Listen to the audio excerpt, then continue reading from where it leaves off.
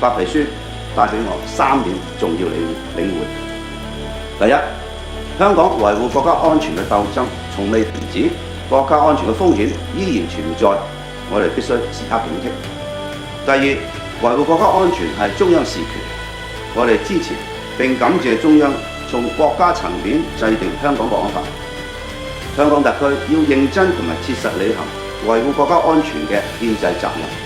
第三，我哋要以高水平安全護航一國兩制事業高質量發展。白皮書提醒我哋必須對國安風險時刻警惕。白皮書嘅發布更係對出賣國家同埋香港特區嘅叛徒作出最嚴正嘅警告。